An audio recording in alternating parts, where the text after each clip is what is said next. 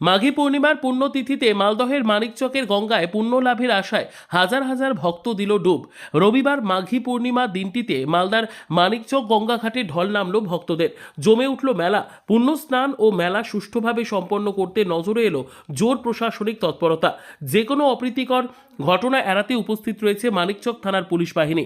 অন্যদিকে নদীতে কোনো রকম দুর্ঘটনা যাতে না হয় সেদিকে লক্ষ্য রেখে ব্লক প্রশাসনের তরফে সিভিল ডিফেন্স বিপর্যয় মোকাবিলা দপ্তরের কর্মীদের নিযুক্ত করা হয়েছে। স্পিড বোটের মাধ্যমে নদীতে চলছে নজরদারি।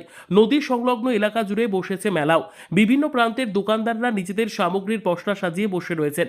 মালদহ জেলা সহ অন্যান্য জেলা থেকে এবং পার্শ্ববর্তী রাজ্য বিহার, ঝাড়খণ্ড থেকে প্রচুর পুণ্যার্থীরা আসেন মানিকচকের গঙ্গাঘাটে ডুব দিতে।